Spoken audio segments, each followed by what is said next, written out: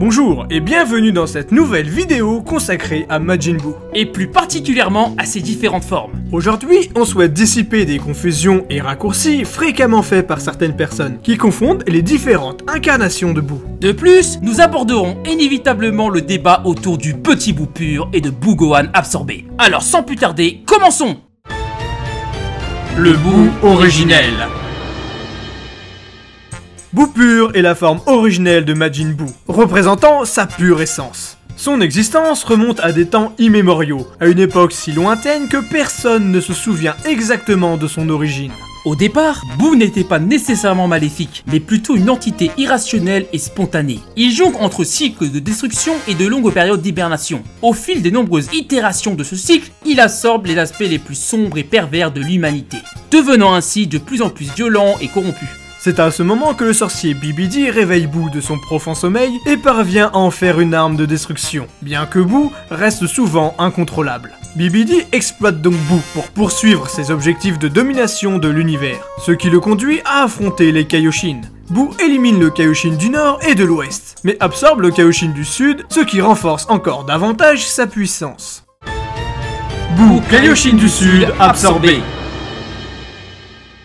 Bien que la raison précise de l'absorption du Kaioshin du Sud par Buu ne soit pas claire, cela a entraîné l'apparition d'une nouvelle forme. Cette forme est souvent désignée sous différents noms, tels que l'énorme Buu ou Ultra Buu, mais le terme le plus approprié est Buu Kaioshin du Sud absorbé. Grâce à cette forme, Buu a pu assimiler l'expérience du Kaioshin du Sud en matière de combat. Cependant, cela ne s'est pas avéré suffisant lorsqu'il a été confronté au Dai Kaioshin, qu'il a à son tour absorbé. Le Buu innocent. Après avoir absorbé le Dai Kaioshin, Buu subit une nouvelle transformation. Buu devient alors plus doux, et une partie de sa force qui était due à sa malfaisance diminue à cause de la gentillesse du Dai Kaioshin et du fait d'avoir gagné en âme. Il devient également plus docile et plus facilement manipulable par Bibidi, bien qu'il puisse encore par moments être incontrôlable. Pour se reposer, Bibidi maintient Buu enfermé dans une sorte de cocon. Ce cocon est dissimulé de planète en planète, jusqu'à ce qu'il finisse sur Terre. Cependant, un jour où Buu a été emprisonné, le Kaioshin de l'Est, que nous connaissons, tue Bibidi. Shin retrouve le cocon de Buu, mais par crainte de réveiller le Majin, il choisit de ne pas y toucher et de ne pas le déplacer. Malheureusement, Bibidi avait créé un double de lui-même, appelé Babidi, qui réussit à réveiller Buu sur Terre. Buu défait facilement Dabura et se retrouve ensuite face à Vegeta en Super Saiyan 2 avec la marque de Babidi. Mais malheureusement, Vegeta, n'étant pas de taille contre Buu, se sacrifie dans l'une des scènes les plus badass de Dragon Ball. Cependant, Buu parvient à se régénérer et commence à semer la terreur parmi les terriens sous les ordres de Babidi. Bien que sa forme soit plus douce que les précédentes, Buu trouve toujours le plaisir dans la destruction. Il se retrouve rapidement face à Goku en Super Saiyan 3, qui semble être aussi puissant que lui. Goku admettra plus tard qu'il aurait pu le vaincre, mais il souhaitait passer le flambeau à la nouvelle génération. Il demande donc à Buu d'attendre que les enfants soient prêts. Après ce combat, Buu en a assez de l'emprise de Babidi et le tue. Ayant pris l'habitude de détruire pour s'amuser, il continue de semer la terreur parmi les terriens en attendant l'adversaire promis par Goku. C'est alors que Buu fait la connaissance de Satan et de Bi, avec qui il se lie d'amitié. Il fait même la promesse de ne plus tuer et parvient à s'amuser sans faire le mal. Cependant, tout bascule lorsque deux criminels tirent sur Bi et Satan. Bien que ces deux derniers ne soient pas morts, cela déclenche une colère intense chez Buu, le divisant en deux entités distinctes. Buu bon et Buu maléfique. Il est important de différencier le Buu bon et le Buu innocent. Le Buu innocent conserve encore une part de malveillance du Buu originel, mêlée à la bonté héritée du Dai Kaioshin. En se séparant de sa partie maléfique, Buu bon devient bien plus faible que le Buu innocent, et même moins puissant que le Buu maléfique, qui a récupéré lui plus de la moitié de la puissance du Buu innocent. Ainsi, Buu maléfique défait rapidement Buu bon en lui renvoyant son rayon chocolatisant. Suite à cet affrontement, Buu bon est transformé en chocolat et est dévoré par Buu maléfique. Super Buu. Cela a permis à Buu d'obtenir une nouvelle forme, mieux adaptée pour le combat. Ainsi, ce Buu est plus puissant et plus maléfique que le Buu innocent. Malgré tout, il conserve les souvenirs du Buu innocent, ce qui l'empêche de tuer Mister Satan à plusieurs reprises.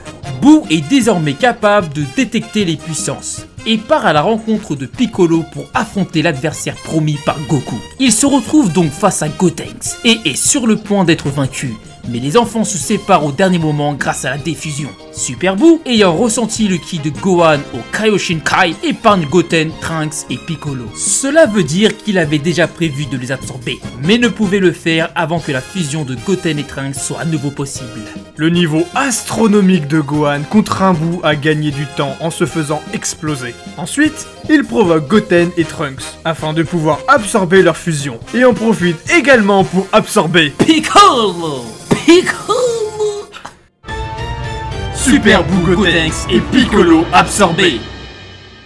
Cette forme de Boo, connue sous le nom de Bootenks, après avoir absorbé Gotenks et Piccolo, Boo atteint un tout autre niveau de puissance et bat aisément Gohan dans son état de potentiel éveillé et amplifié. Il est évident que Super Boo a absorbé Gotenks pour sa puissance et Piccolo pour sa connaissance. Il est possible que l'absorption de Gotenks aurait rendu Boo encore plus enfantin qu'il ne l'était déjà. Par conséquent, l'absorption de Piccolo lui confère une plus grande stratégie et réflexion, en plus de lui fournir de précieuses informations sur ses ennemis. Malheureusement pour Boo, les enfants défusionnent avant qu'il puisse éliminer Son Gohan, ce qui le rend à nouveau plus faible que ce dernier. Cependant, Boo avait déjà anticipé cette situation et absorbe Gohan, devenant ainsi beaucoup plus puissant. Super Boo Gohan absorbé. Boo Gohan absorbé, également connu sous le nom de Boohan, a eu comme seul adversaire Vegito, la coalescence de Goku et de Vegeta. Malgré le fait que Boo ait absorbé le personnage non fusionné le plus puissant de l'arc, il est ridiculisé par Vegito. Bien que dans l'anime, Vegito dans sa forme normale semble déjà plus fort que Boohan, nous sommes plus convaincus que seul Vegito en Super Saiyan peut vaincre le Majin. Au bord de la défaite, Boo décide d'absorber Vegito, mais il ne gagne pas en bonus de puissance. Car Vegito s'était protégé avec une barrière de ki, permettant à Goku et Vegeta de se déplacer librement à l'intérieur du corps de Boo et de libérer leur famille et amis. Cela a pour conséquence de ramener Boo à sa forme de Super Boo. Super Boo intervient donc dans son propre corps, mais Vegeta libère également le bon Boo, ce qui provoque un nouveau changement de forme chez Boo. Kid Boo. Suite à la perte du bon Boo, Super Boo redevient Boo pur en passant par la forme de l'énorme Boo. Il est important de comprendre que ce Boo n'est pas le même Boo que le Boo originel. Pour les différencier, je vais donc séparer Boo pur, qui est l'original, et Kid Boo, qui est le Boo affronté par Goku et Vegeta. Kid Boo a réussi à conserver une partie des pouvoirs de Boo innocent, tout en conservant sa pureté maléfique, ce qui le rend plus fort que le Boo maléfique et que le Boo innocent, surtout avec les derniers chapitres de Dragon Ball Super, où il est indiqué que Kid Boo a conservé le ki divin du Dai Kaioshin. Kid Boo engage un combat plus ou moins équilibré contre Goku Super Saiyan 3. Goku mentionne qu'il aurait pu le vaincre en utilisant toute la puissance du Super Saiyan 3. Mais il n'arrive pas à atteindre ce stade en tant que mortel. Kid Boo bat facilement Vegeta Super Saiyan 2 et le bon Boo, mais finit par être détruit par le Genki Dama de Son Goku. Oob. Durant son attaque finale, Goku exprime des regrets de ne plus pouvoir affronter Boo et souhaite qu'il se réincarne en quelqu'un de bien. Et effectivement, 10 ans plus tard, Goku rencontre Oob, la réincarnation de Boo. Oob parvient à rivaliser avec Goku à la fin de Dragon Ball Z. Oob surprend également Vegeta lorsqu'il donne son ki pendant l'arc Molo. Il est donc possible que Boo ait hérité du ki et de la puissance de Kid Boo, bien qu'il soit encore trop tôt pour le dire avec certitude. Dans tous les cas, Oob devient l'élève de Goku, marquant la conclusion du manga de Dragon Ball. Plus tard dans Dragon Ball GT, Oob fusionnera avec Boubon pour devenir Super Oob, redevenant ainsi un seul être. La puissance des Boo. Maintenant, abordons la question de la puissance des différentes formes de Boo. Le débat le plus intense concerne la puissance de Kid Boo. Certaines personnes affirment qu'il est le plus puissant, tandis que d'autres le placent au milieu du classement. Commençons par classer Boo pur, la forme originelle de Boo. Lorsqu'il absorbe le Kaioshin du Sud, il devient plus fort, mais en absorbant le Dai Kaioshin, il perd en puissance. Ainsi, Boo pur serait plus puissant que le Boo innocent, mais moins puissant que l'énorme Boo. Lorsqu'il se sépare en deux, la puissance de Boo innocent est divisée en deux. Comme Boo bon a été battu par Boo maléfique, cela fait de Boo bon le plus faible, et de Boo maléfique le deuxième plus faible. Après leur réunification, Super Boo ne semble pas être entravé par l'âme du Dai Kaioshin présent dans le corps de Boo bon.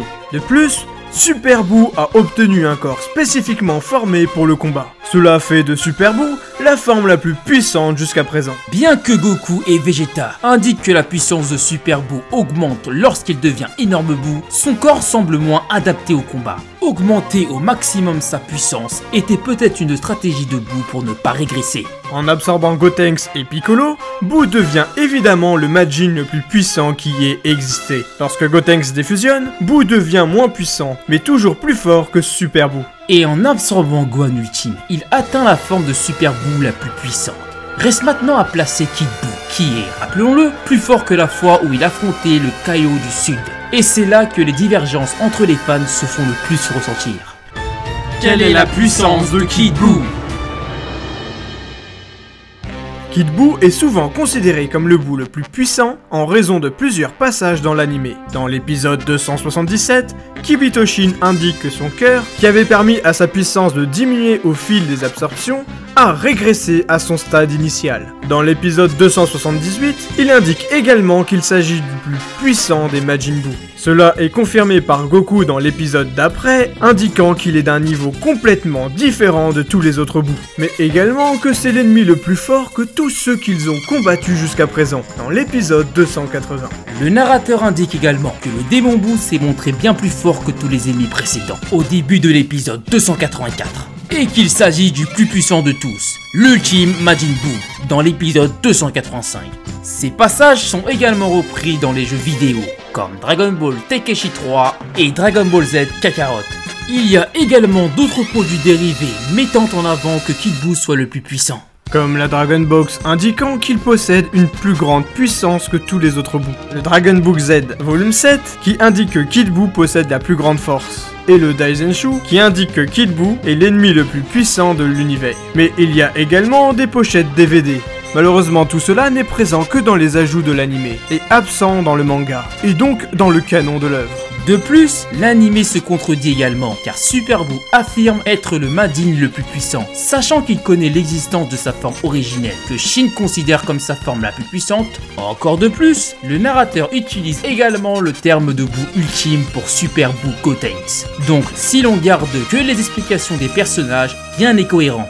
Dans le Daizenshu 7, Gohan Ultime est bien considéré comme l'être non fusionné le plus fort, donc forcément plus fort que Kid Buu, faisant de Super Buu Gohan logiquement le plus fort des Buu. Les sources officielles se contredisent donc, que ce soit l'anime ou les produits dérivés. Les interviews d'Akira Toriyama ne peuvent pas non plus être considérées comme une source définitive, car elles peuvent être interprétées de différentes façons. Exactement. Dans le Shonen Jump, Akira Toriyama indique que s'il fait des ennemis plus faibles, les lecteurs risquent de s'ennuyer. Mais on peut quand même voir ça comme suite. Vegeta, moins fort que Freezer, moins fort que Cell, moins fort que Buu. Pourtant, Vegeta a perdu sa forme Ozaru et perdu en puissance durant la dernière confrontation. Pareil pour Cell, qui a perdu sa forme parfaite contre Gohan, bien qu'il devienne plus fort par la suite. Toujours dans les interviews, quand un journaliste lui demande pourquoi les êtres les plus petits sont toujours les plus forts, et prend l'exemple de Kid Buu, Akira Toriyama ne le contredit pas. Mais cela est également du fait que la question ne concernait pas Kid Buu, mais surtout que les Japonais sont trop gentils pour reprendre les journalistes.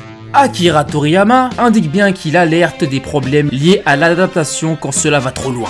Mais vu le nombre d'incohérences dans l'anime, nous n'avons pas d'exemple concret. Gohan, lui, est souvent considéré comme le Buu le plus fort pour les gens qui font une analyse plus détaillée sur le manga. Dans un premier temps, Buu Gotenks et Buu Gohan se considèrent l'un après l'autre comme les Majin les plus puissants. Goku indique également dans le manga et l'anime que Vegeta et lui n'ont aucune chance contre Super Buu, mais se tape sans problème un pierre-feuille-ciseau pour savoir qui affrontera Kid Buu.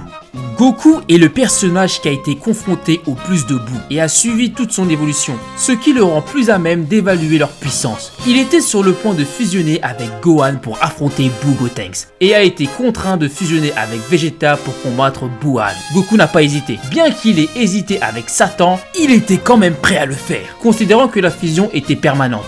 Il était cependant prêt à affronter Kid Buu sans utiliser les Potara et était confiant en sa victoire, affirmant même qu'il pourrait en finir sans que Vegeta ait le temps de combattre. Mais il est également important de noter que Goku souhaitait gagner du temps pour trouver un moyen de battre Kid Buu, en sacrifiant la vie de plusieurs innocents. Il ne s'attendait pas cependant à ce que Kid Buu maîtrise le Kai Kai. Bien que leur combat n'ait pas été conclu, Kid Buu semblait avoir l'avantage. Goku affirme qu'il aurait pu le battre en utilisant toute la puissance du Super Saiyan 3, mais n'a pas pu atteindre cette forme, ce qui nous a empêché de confirmer cette déclaration. Kid Buu se rapproche donc du niveau de Super Saiyan 3 de Goku, voire le dépasse légèrement. Goku admet d'ailleurs avoir sous-estimé Kid Buu à plusieurs reprises. Mais ce n'est pas tout. Goku semble également craindre d'affronter Super Buu et estime qu'il ne peut pas le battre sans la coalescence ou la fusion métamol. Cependant, Vegeta, pénétrant dans le corps de Buu, indique qu'ils n'auront pas besoin de fusion s'ils libèrent les autres. Peut-être voulait-il utiliser Gohan ou Gotenks pour combattre Super Buu. Ce dernier semble également confiant qu'il peut les vaincre et affirme sans aucun doute qu'il est capable de le faire. On pourrait penser que Super Buu ne connaît pas le Super Saiyan 3 de Goku, mais il l'a déjà vu à 2 reprises. Lorsqu'il était le Buu innocent et lorsqu'il était le Buu Gotenks. Ainsi, Super Buu et Goku savent tous les deux de quoi l'autre est capable. Il est important de rappeler que Goku cherchait à gagner du temps avant d'affronter Kid Buu, mais il semblait être plus sûr de lui face à Kid Buu que face à Super Buu. Je pense donc que Kid Buu se situe entre l'énorme Buu et le Super Buu en termes de puissance. On met Kid Buu au-dessus de l'énorme Buu, car même si la puissance et la taille de Buu a diminué pour donner Kid Buu, le corps de l'énorme Buu semble être moins efficace pour combattre, comme le cas de Trunks du futur et Cell. Quand Vegeta dit que Buu a rétréci, il prend sûrement en compte son ki, car ils étaient concentrés dessus. Si Kid Buu est plus fort que Buu Gohan absorbé, cela rendrait les actions de Goku incohérentes. Le fait que Kibitoshin soit aussi perturbé est simplement le fait que Buu soit un traumatisme pour lui. Ce qui explique qu'il soit terrifié de le revoir sous cette forme. Nous avons vraiment essayé d'être le plus neutre possible pendant cette analyse, et de prendre en compte tous les éléments à notre disposition. Nous n'avons pas parlé de Takao Koyama, scénariste de Dragon Ball Z, qui indique que Buu Gohan absorbé est le plus fort. En effet, il ne donne que son avis, et a dû écrire un nouveau tweet à cause de l'ampleur du premier. Il n'a pas retiré ses propos, mais a répondu à un tweet lui demandant si Kid Buu est le plus fort, là où il répond qu'il pense que oui. C'est sa réponse.